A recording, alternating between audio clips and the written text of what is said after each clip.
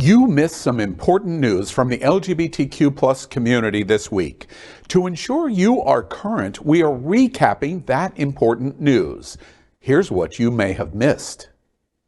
8 states would ban RuPaul Drag Race queens if children are present. Republican state lawmakers want to shield children by closing the curtain on drag performances. Legislation moving through several GOP-controlled capitals would ban the gender-diverse show in front of young people, including at schools, colleges, and on public property, sparking a furious response from the LGBTQ plus community and civil liberties groups. Arkansas Republican State Rep Mary Bentley told her fellow lawmakers at a recent hearing about a bill she's co-sponsoring to prohibit children from watching drag shows that might affect student performances. She said, "We're just trying to keep," quote, "we're just trying to keep minors away from sexually explicit material," end quote. Drag show restriction have become a leading cultural issue during this year's legislative sessions. Opponents argue that signing these measures into law might not only violate constitutional protections, but also provoke a broader cultural suppression of LGBTQ plus people. Right-wing protests of drag story hour events for children ramped up in 2022, and a number of conservative state lawmakers have sought to ban these programs.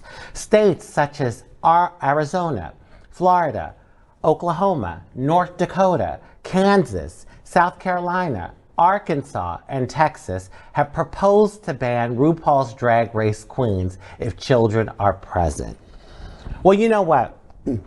We've just become the political wedge. We're the scare tactic to the very conservative Americans, and that's what they're using. So whether it's drag shows or the trans community, anything, we're the ones now that are being used, and it's scary. I mean, I don't know. Listen, I can only be me, and I'm going to be here regardless, but it's like we fought so hard to get the little bit of rights that we finally got. And we still have a long way to go. And now it's like they're trying to rip those things away from us. Well, and that's what's happening. A relatively small minority are trying to legislate for a majority. Just for everyone that's a fan of RuPaul's Drag Race, you know, RuPaul's Drag Race started in 2010, I believe, you know, and I have some experience with this. There was no protest of RuPaul's Drag Race. It was on logo. It was, you know, all of the inclinations, the movement, the shows, all of the, you know, the Murray shows for Christmas, etc. They have gone on for 12 years. There was no issue about it. The community wasn't up in arms. School boards weren't up in arms. Liberty moms didn't exist, etc. This is a created issue. Yes. It was a created issue to create a wedge issue for power and money to win elections.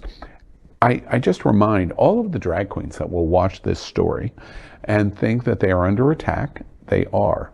But please take some solace in the fact that the overwhelming majority of Americans support the LGBT community, support gay marriage, support the broad embracement of what our communities in terms of color, in terms of diversity, in terms of gender identity, they support that. These smaller percentages of voices are just like roaring lions in the distance. And we see that and think that everyone thinks that. Everyone does not think that. I had an observation after watching the Grammys that celebrated 50 years of hip hop, and we got to see, I thought about Tipper Gore coming out against rap music and saying it was going to ruin children. Right. And as I was watching it, I was thinking, half of the people on the stage are on a CBS procedural show, the most family-friendly network that we have of the 3 major networks, including Queen Latifah, who was, you know, a militant black woman when I was in college, LL Cool J, J, Ice-T, they were all on stage. And then we got to see Sam Smith, and I thought, oh, here come the villains. Because the rap community now, it was like, they were the family-friendly portion of the show. Right. And it's like almost the same type of attacks we're seeing against rap and the black community that happened, that they were going to ruin children. I remember growing up and the explicit lyrics on albums. We want to put explicit lyrics or explicit content on drag shows. It's very, very similar.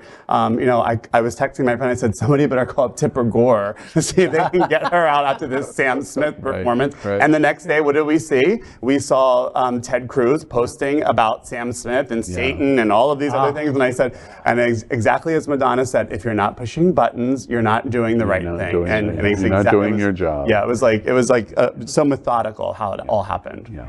Right.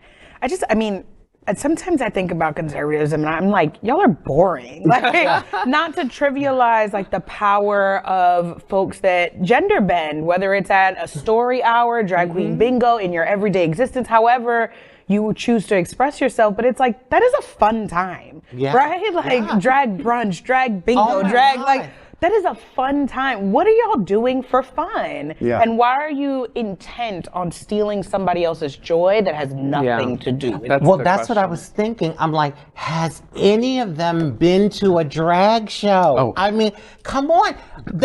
They're the most talented Some of the Steiners were actually drag queens. Listen. All those conservative folks go behind. I love Lady G. She is. Oh wait. Oh, right. We'll go behind closed doors. You'd be surprised. You know, and at the end of the day, and Julio and Wolfsonian has documented this really well. Your op-ed that was in the Washington Post, it was so well done to say, wait, we've seen this over and over again. We go through these wave cycles. Anita Bryant is a representation of that. At the end of the day, we see these cycles, and to clean it up, we need a good pie, and then we clean it up, and that's really what we've got to do now, is to say, what is it we're going to do to face and address this, because they're marginalizing big chunks of our community, and we have to stand up to it and say, first, this is inaccurate, and second, it really is repugnant, and third, it's constitutionally illegitimate. Right. And we have to be consistent and consistent and consistent to say it over and over again. Absolutely. Keep watching the only television news in the world from our LGBTQ plus community, and stay informed on everything that is important for and about our diverse LGBTQ plus community.